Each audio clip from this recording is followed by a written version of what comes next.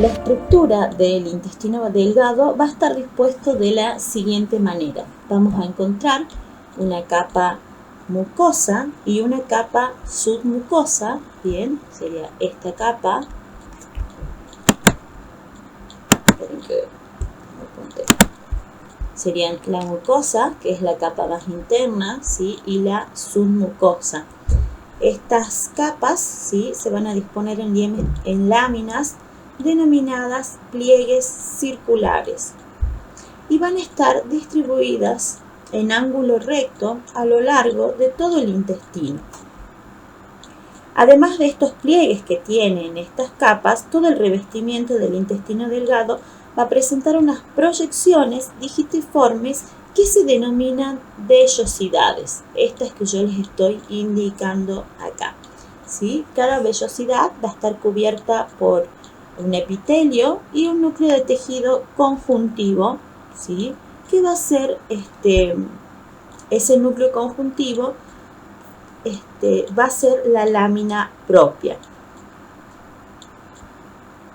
En ese núcleo de tejido conjuntivo se encuentra un capilar linfático denominado lácteo o vaso quilífero que va a intervenir en el transporte de las grasas alimenticias que son procedentes del intestino delgado. Si ustedes ven acá esta imagen, esto sería lo que es el quilífero, ¿sí?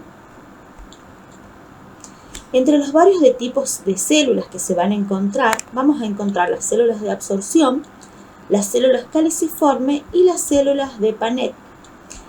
Las células de Paneth se van a localizar únicamente en las partes más profundas de las glándulas y son capaces de digerir agentes microbianos que van a alcanzar el epitelio procedentes de la luz intestinal, ¿sí? Cuando hablamos de glándulas, son de las glándulas intestinales, las glándulas que contienen en este caso el intestino delgado. Las células de absorción y las células caliciformes se encuentran principalmente en las vellosidades y en la superficie intestinal. Las células caliciformes van a segregar material mucoso y las de absorción van a eliminar materiales del intestino delgado. Las células estas de absorción van a presentar en su superficie una gran cantidad de microvellosidades, ¿sí?, que van a constituir el conjunto del borde estriado. Otras células que también vamos a encontrar en el intestino son las células denominadas argentafines, ¿sí?, y que van a ser encargadas de producir serotonina, que es una sustancia que va a estimular la contracción de la musculatura lisa. Luego vamos a encontrar otra capa, que es la muscularis, ¿sí? En este caso la muscularis externa, que va a contener dos capas del músculo liso, una interna circular y otra externa longitudinal. Entre ambas capas se va a encontrar una cantidad de ganglios, ¿sí?, que van a estar diseminados por todo este sector, que van a formar en realidad una trama de fibras, ¿sí?, que se denomina plexo entérico. Y por último, la capa serosa, que es la que va a recubrir las otras capas, está constituida por células epiteliales aplanadas que se van a apoyar en el tejido conjuntivo. Bien, ¿cuál va a ser la función propiamente dicha del intestino delgado? Va a ser de continuar con el proceso de digestión hasta que los nutrientes que nosotros hayamos ingerido, ¿sí?, o es decir, de la dieta alimentaria, ¿sí?, estén en condiciones de ser absorbidos y en llevar a cabo entonces la absorción. Este proceso digestivo tiene lugar en la luz intestinal y los jugos que se vacían en el intestino delgado a fin de facilitar la digestión van a ser las secreciones pancreáticas, la bilis y el jugo intestinal. Que este jugo intestinal proviene de las glándulas intestinales. La mucosa duodenal va a segregar dos tipos de hormonas intestinales, la secretina y la colecistocinina. ¿Bien? Estas dos hormonas van a intervenir en la regulación de la motilidad y de la secreción gástrica, así como también en la regulación de la actividad de la vesícula biliar y del páncreas. Por último, vamos a ver que el intestino delgado tiene dos tipos de movimientos. Uno, que es la segmentación, y el otro, el peristaltismo, ¿sí? El peristaltismo lo que va a hacer es desplazar el quimo varios centímetros a la vez en una dirección distal, es decir, para que vaya recorriendo todo el intestino, ¿sí? Y la segmentación consiste en una serie de contracciones localizadas que van seguidas de contracciones de los segmentos vecinos. ¿Cuál va a ser el efecto fundamental de esta segmentación? Es de mezclar el quimo con los jugos intestinales que yo antes le nombré para descomponerlo, ¿sí? Y luego obtener el material que vamos a seguir estudiando después ya en el intestino grueso. ¿Qué va a hacer también esta segmentación? Va a ayudar a desplazar la sangre por las venas y la linfa a lo largo de los vasos linfáticos correspondientes. Los movimientos de la segmentación del intestino delgado son iniciados por células marcapaso que van a estar situadas en la parte del músculo, es decir, en este sector, en la parte del músculo liso de las catas, ¿sí? Estas células marcapaso que se denominan van a establecer un ritmo eléctrico de base que va a ser conducido a través de la capa muscular del intestino delgado y va a determinar la velocidad de segmentación. Por otra parte, como les había dicho, el peristaltismo, ¿sí?, se va a deber a los reflejos locales que se producen en el intestino. Bien, ahora vamos a pasar a lo que es el intestino grueso o también denominado colon. Su diámetro es mayor que el del intestino delgado y una de sus características es que se permite distinguirlo de manera fácil. Si ustedes ven acá, vamos a encontrar la primera porción del intestino grueso, que es el ciego, ¿sí? Lo va a seguir todo este sector que se denomina colon ascendente. Acá vamos a tener un ángulo cólico derecho, que también se denomina flexura cólica derecha o flexura cólica hepática. Lo continúa luego el colon transverso, ¿sí?, que va a atravesar casi todo el abdomen. Y acá volvemos a tener otro ángulo cólico izquierdo en este caso, o también se la denomina flexura cólica izquierda o esplénica.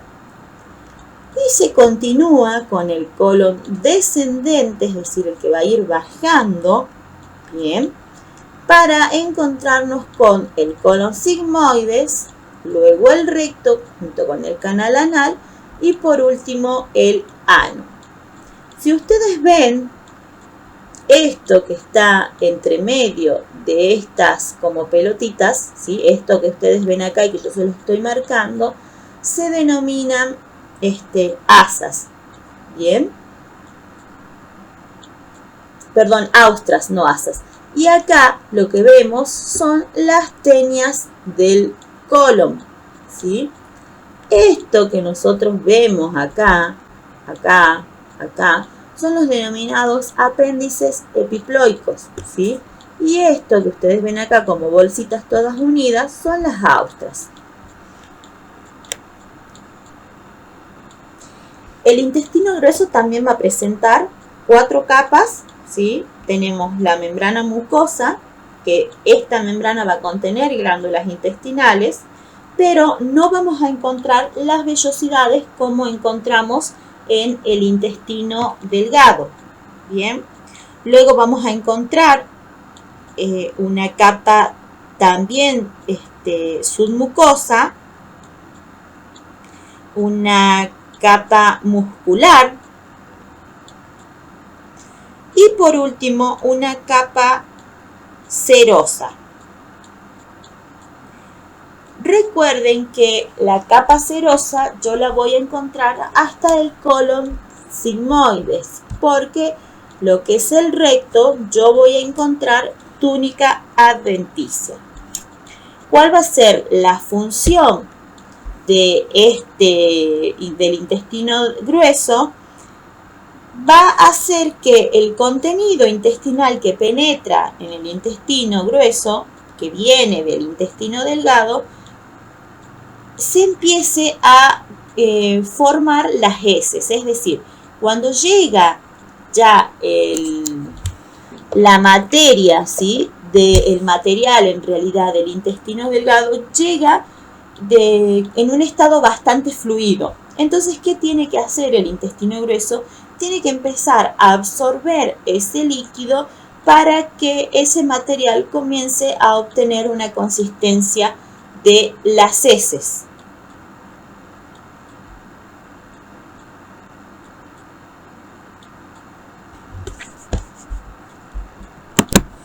Y las heces se componen de una gran cantidad de bacterias que están existentes en el intestino grueso, ¿sí? Aparte de estas bacterias, en las heces vamos a encontrar material no digerido o que ha sido parcialmente digerido, ¿sí?, material mucoso, que es procedente de varias partes del tubo digestivo, pigmentos biliares y células que fueron desprendidas de la superficie del tubo digestivo. Bien. En el intestino grueso también vamos a encontrar ondas peristálticas, ¿sí?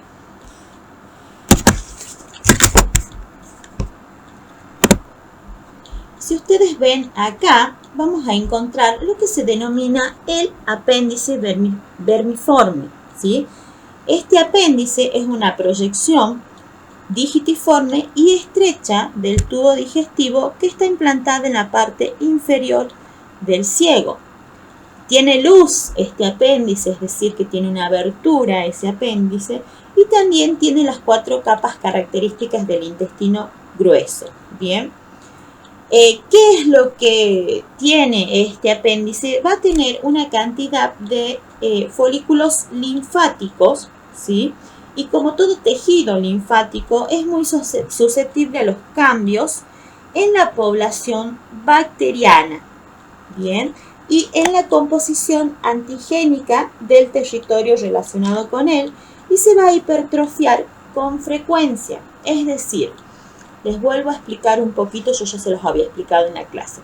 Este apéndice, ¿sí?, forma parte del intestino grueso, tiene una luz, contiene las 4 capas del intestino grueso, es decir, mucosa, submucosa, muscular y serosa, pero tiene una gran cantidad de folículos linfáticos, ¿bien?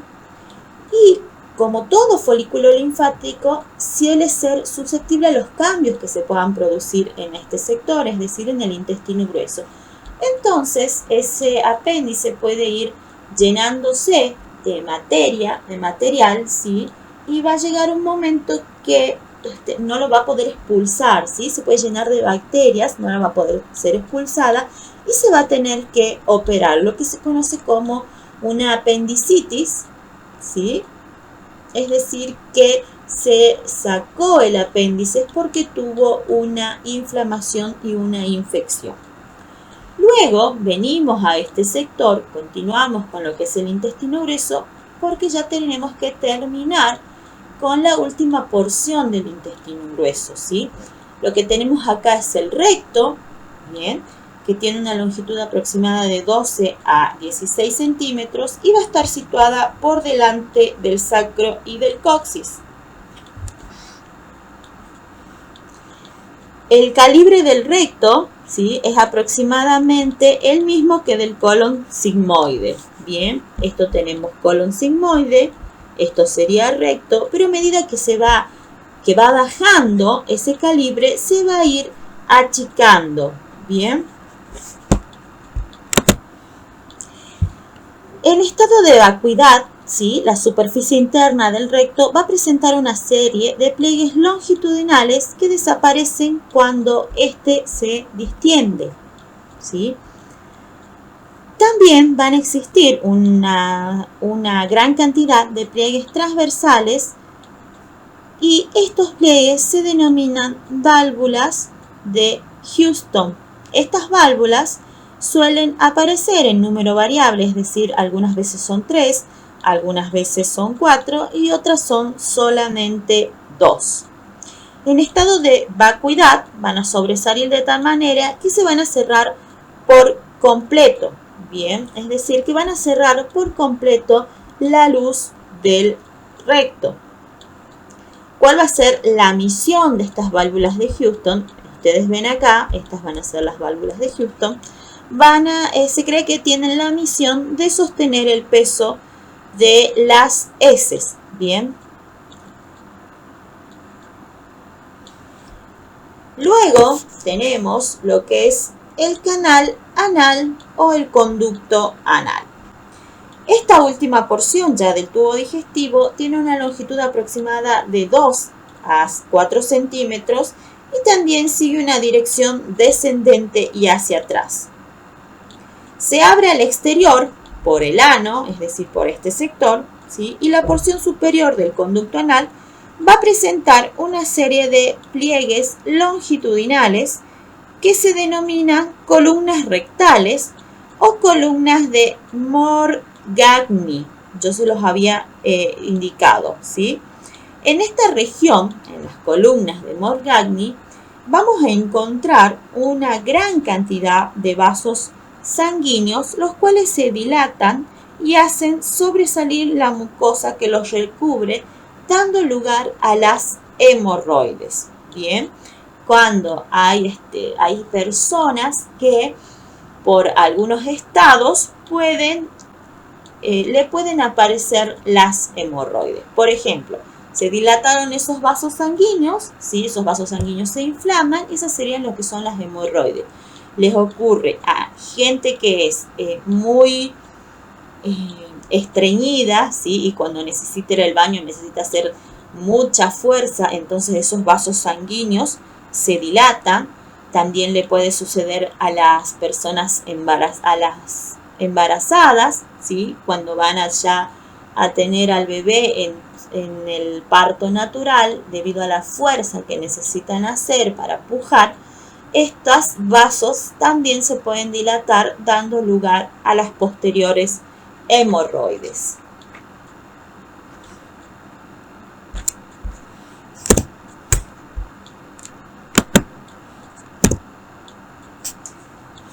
Luego tenemos las fases de la digestión. En las fases de la digestión, nosotros tenemos que saber que la digestión puede ser química o puede ser física, ¿sí? Estas fases de la digestión son 3 y vamos a encontrar la fase cefálica, la fase gástrica y por último la fase intestinal.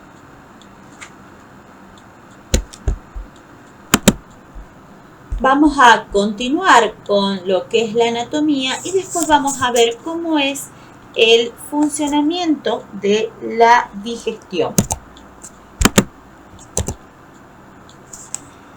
Cuando comenzamos a ver lo que es el tubo digestivo, dijimos que al tubo digestivo lo acompañaban también unas glándulas asociadas, ¿sí?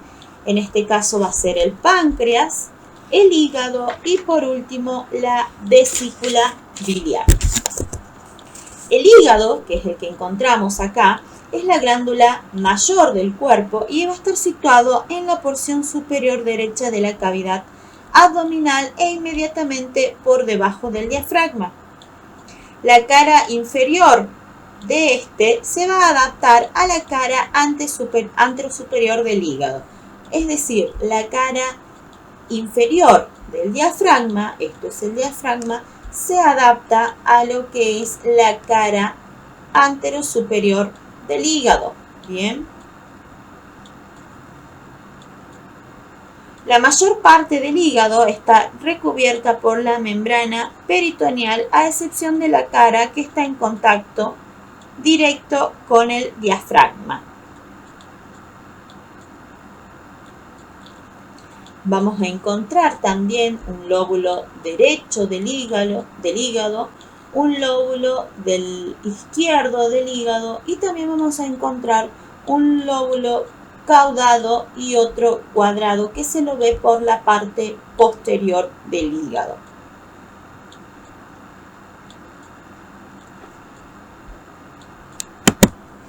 El hígado también va a presentar una serie de ligamentos que van a estar asociados, por ejemplo, el ligamento coronario, ¿sí? Los ligamentos triangulares, tanto derecho como izquierdo, el ligamento falciforme, que es el de acá, ¿sí? El redondo y el venoso.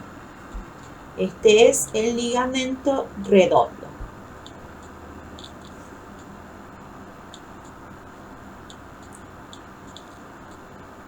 ¿Cuál va a ser la función del hígado? ¿Sí? El hígado ocupa una posición estratégica. ¿Por qué? Porque la mayor parte del material absorbido del tubo digestivo lo atraviesa antes de alcanzar la circulación sistémica, que es encargada de transportarla a los tejidos del organismo.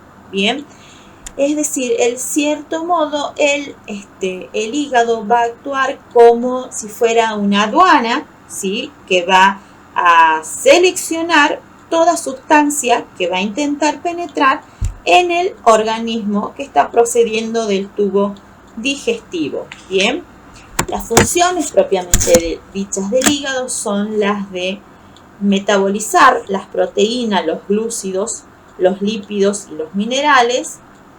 En el hígado se forma la bilis y también se produce la detoxificación y la fagocitosis. ¿Cuál va a ser la estructura del hígado? El hígado está constituido por unos lobulillos que miden aproximadamente 1 milímetro de largo por 0,5 milímetros de diámetro y van a contener en su centro una pequeña vena denominada vena central, ¿sí?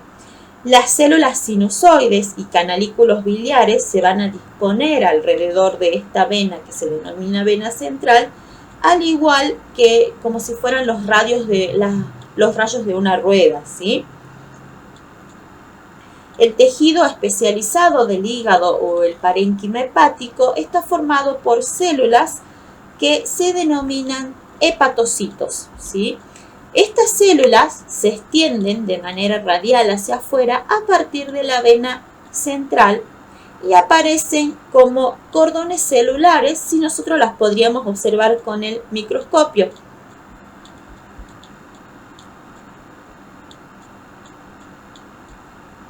Vamos a explicar ahora lo que es la circulación sanguínea, ¿sí? Que es la que llega al hígado.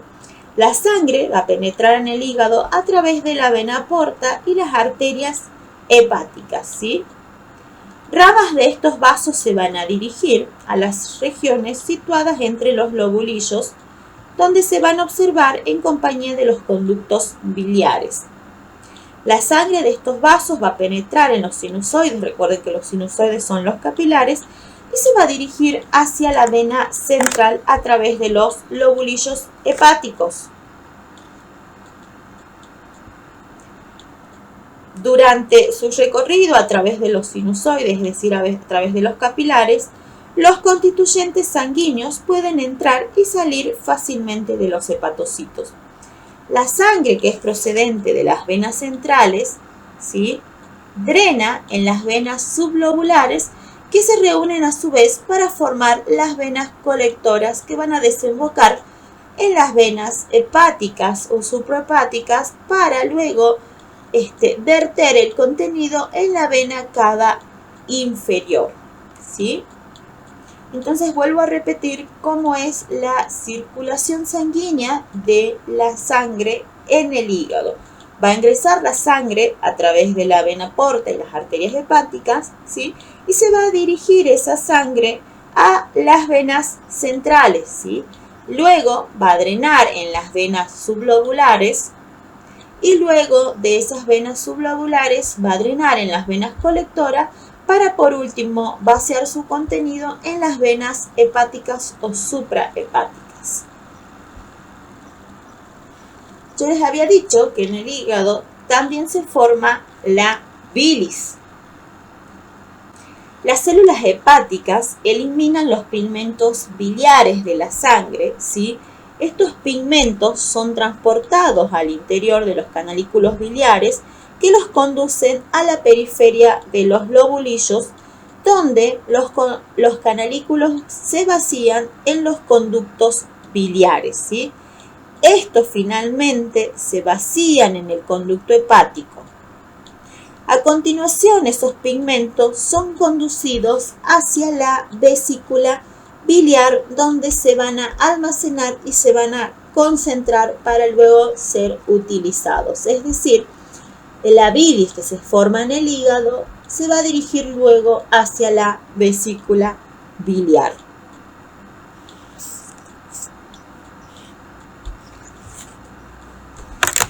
Y la vesícula biliar es un órgano que mide alrededor de 2,5 centímetros de diámetro y 5 centímetros de largo, ¿sí?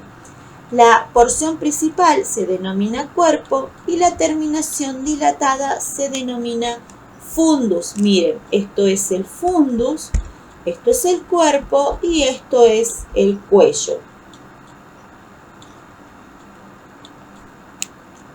Luego va a salir de la vesícula biliar un conducto que se denomina conducto cístico, ¿sí?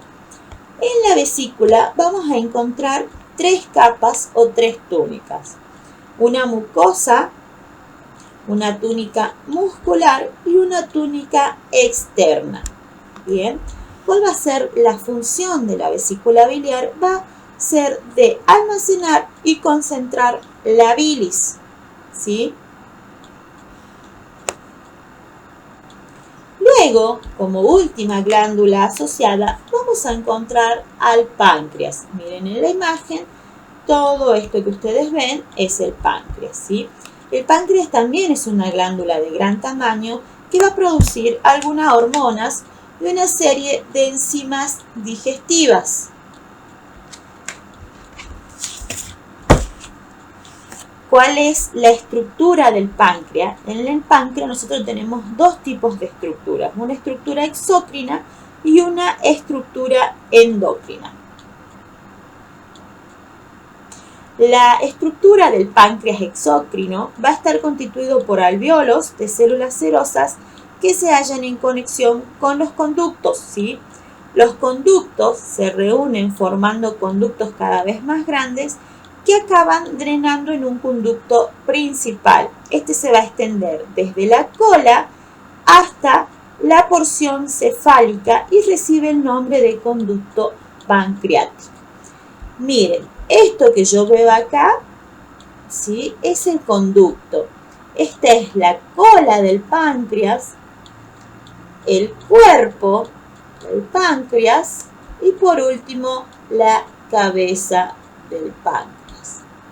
Bien, esto que está acá, que se ve de manera gruesa, es el denominado conducto pancreático o conducto de Wilson.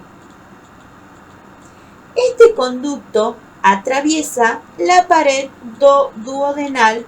¿Por qué? Porque recuerden ustedes que cuando yo les explicaba intestino delgado, ingresaban al intestino delgado los jugos pancreáticos. Bien, ¿cómo van a ingresar los jugos pancreáticos? A través de este conducto pancreático o conducto de Wilson. El conducto pancreático se une con el colédoco, ¿sí?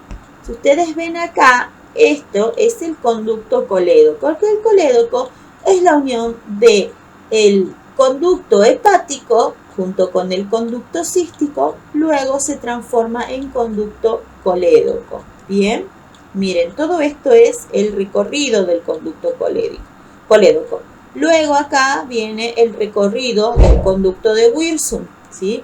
Y acá se van a unir ambos conductos para transformarse en una ampolla hepatopancreática denominada ampolla de Water, ¿sí? Donde van a ingresar hasta la parte del duodeno, ¿sí? Nosotros cuando veíamos que siempre ingresaban a ciertos sectores, partes del tubo digestivo, encontrábamos esfínter, el esfínter pilórico, el esfínter del cardias, y acá también vamos a encontrar un esfínter, que es el esfínter de la ampolla hepatopancreática, que se denomina esfínter de Oddi.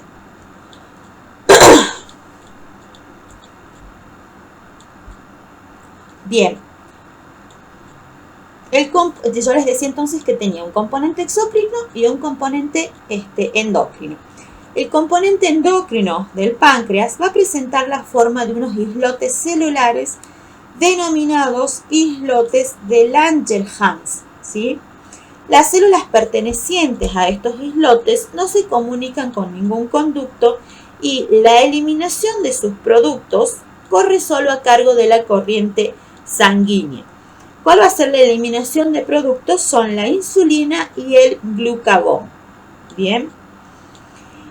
¿Cuál es la función del páncreas? Es la función exócrina del páncreas de producir jugo pancreático. Recuerden que este jugo contenía una gran variedad de enzimas digestivas.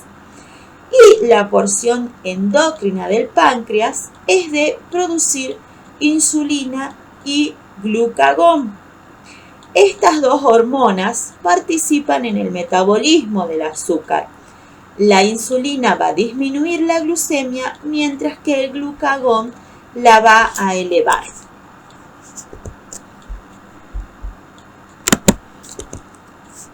Bien. Volvemos entonces ahora a lo que son las fases de la digestión, ¿sí? ¿Qué es la digestión en sí? Es el proceso que consiste en preparar los alimentos para que puedan ser absorbidos, ¿sí? Eso es lo que es la digestión. Y yo les indicaba que la digestión tiene, hay dos tipos de digestión, ¿sí? Uno que es una física, ¿sí? Y una física o mecánica, y una que es una química. Cuando hablamos de la física o mecánica, acá que incluyen la maceración o la desintegración mecánica de los alimentos sólidos, ¿sí? Que se tiene lugar en la cavidad oral, gracias a lo que nosotros masticamos. Bien.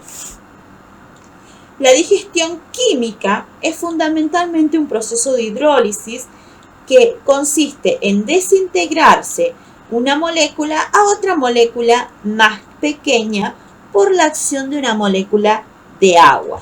Bien, ahora vamos a ver qué partes del tubo digestivo tienen digestión química y quienes tienen digestión física, aparte de las secreciones que van a producir. En la boca vamos a tener lugar a una digestión mecánica y química. ¿Por qué? Ahí tenemos la saliva que los humedece y los disuelve parcialmente. Bien, a consecuencia de los movimientos que nosotros hacemos de masticación, comienza la desintegración mecánica. Bien, y ahí tenemos también la digestión química. ¿Por qué? Porque nosotros tenemos en la saliva una enzima que se denomina amilasa salival, donde ahí ya empieza la digestión química. ¿Por qué? Porque descompone el almidón en moléculas de maltosas, ¿sí? Recuerden que la digestión química era de romper las moléculas que nosotros ingeríamos, la digestión química sí, en moléculas más pequeñas. En este caso, ¿qué es lo que va a hacer la amilasa salival? Romper o descomponer al almidón para así obtener moléculas de maltosa. Luego teníamos la faringe y el esófago. Ahí no tenemos ningún tipo de digestión, solamente sirven de paso, ¿sí? No hay secreciones faringias ni exofágicas. ¿Por qué? Porque no encontramos enzimas. La función solamente de la faringe y del esófago es de mantener húmedas ambas estructuras. Luego tenemos el estómago, ¿sí? El bolo alimenticio que llega al estómago tiene todavía amilasa salival, ¿sí? Yo les explicaba que cuando llegaba el bolo alimenticio al estómago se producían unas contracciones, ¿sí? Y esas contracciones hacían que ese bolo se mezcle con el jugo gástrico. Y aquí ¿qué pasaba? Aquí se inactiva la amilasa salival. En el estómago también hay enzimas, ¿sí? Para la digestión. Una de las enzimas más importantes son la pepsina. ¿Qué va a hacer la pepsina? Va a dividir las cadenas proteicas en unidades más pequeñas, ¿sí? Obteniendo así proteosas y peptosas. Más adelante, estas unidades son convertidas en aminoácidos en el estómago o en el intestino delgado. En el estómago también vamos a encontrar el ácido clorhídrico, ¿sí? Que el ácido clorhídrico se encarga de convertir el pepsinógeno en pepsina. Y también encontramos la lipasa gástrica. ¿Cuál va a ser la función de la lipasa gástrica? De descomponer las grasas neutras en glicerol y ácidos grasos.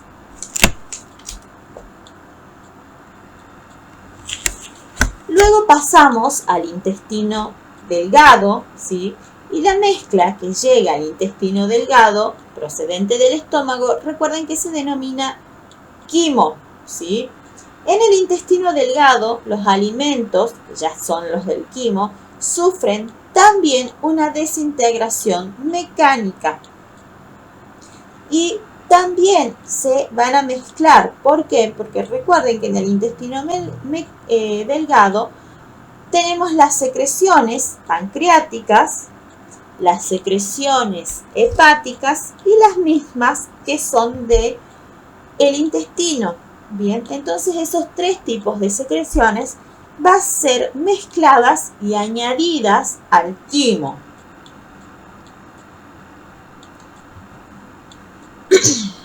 En este caso, ¿qué es lo que va a hacer el jugo pancreático? ¿Sí? En el jugo pancreático yo tengo una serie de enzimas que son, por ejemplo, la amilasa pancreática, ¿sí? Que va a catalizar la hidrólisis del almidón en maltosa. La tripsina y la quimiotripsina descomponen las cadenas proteicas en otras de menor longitud, es decir, unas más cortas. Y por último, la lipasa pancreática va a hidrolizar las grasas neutras o triglicéridos en glicerol y ácidos grasos. Recuerden entonces que cada una de las enzimas que yo les voy nombrando va a tener una reacción, ¿sí? O va a tener una función para ir rompiendo las moléculas en moléculas más pequeñas, y al obtener moléculas más pequeñas ya cambia su nombre.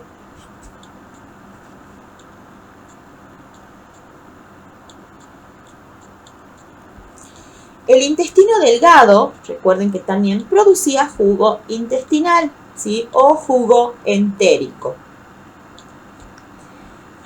En este caso, el intestino delgado también contiene una serie de enzimas, ¿sí? Que catalizan la descomposición de los hidratos de carbono.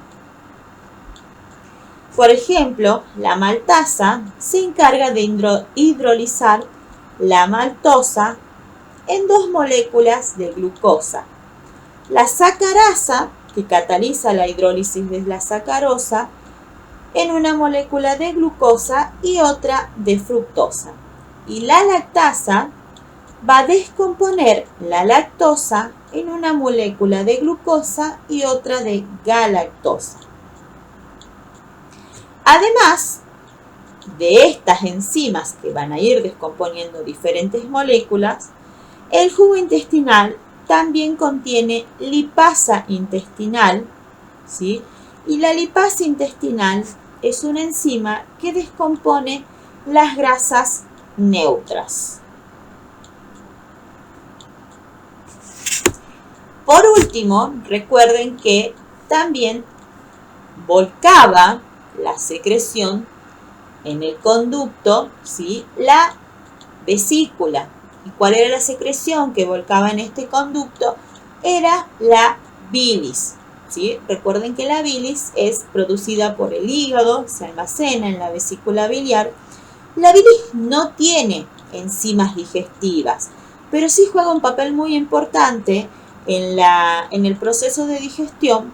¿Por qué? Porque tiene una acción detergente, es decir, la bilis posee unas sales biliares, ¿sí? Y estas sales, ¿qué es lo que hacen? Van a llevar a cabo la emulsión de las grasas que nosotros ingerimos con la alimentación, ¿sí? Entonces vuelvo a explicar un poquito. La bilis no contiene enzimas, ¿sí? Pero sí contiene sales. ¿Cuál es la función de estas sales? De emulsionar las grasas que nosotros hemos ingerido.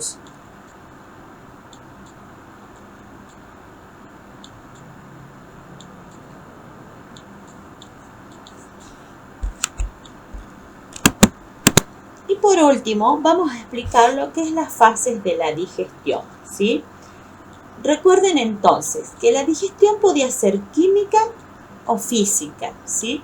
Y en la digestión participaban una serie de enzimas, ¿sí? Que permitían romper esas moléculas en moléculas más pequeñas, ¿bien?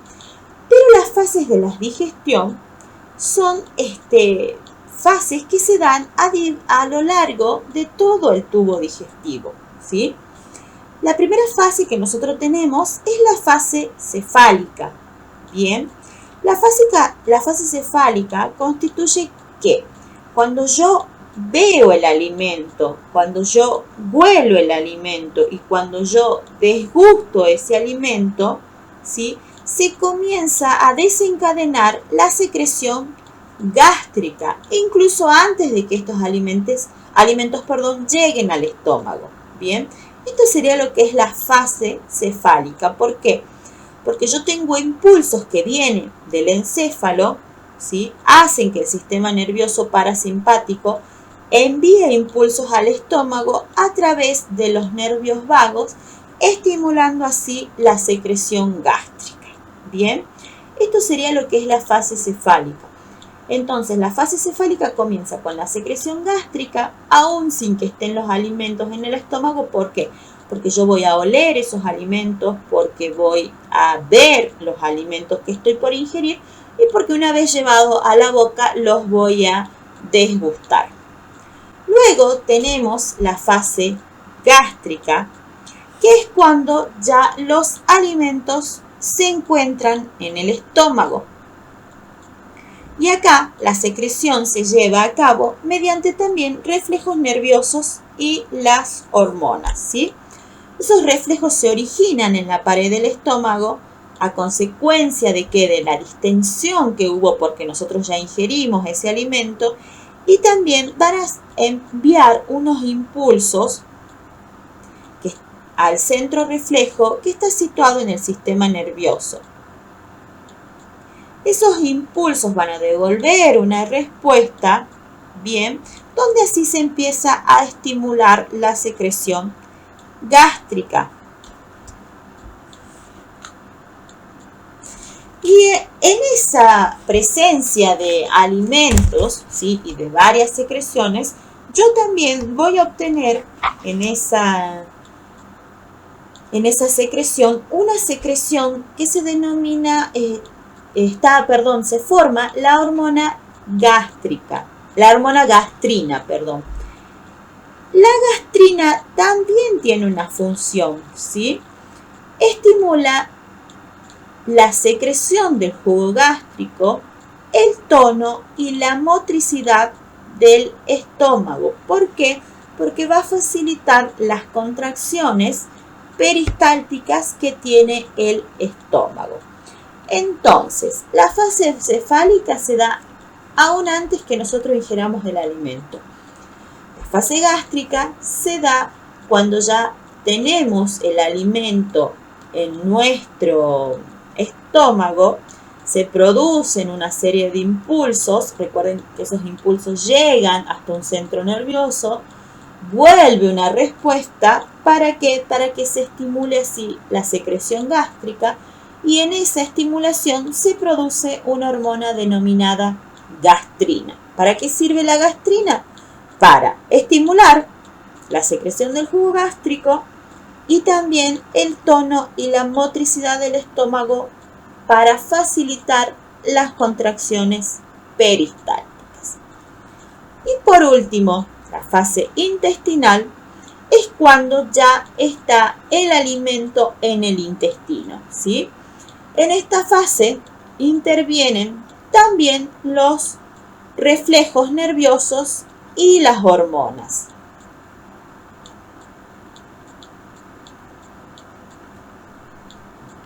Bien, eso sería todo lo que es digestivo.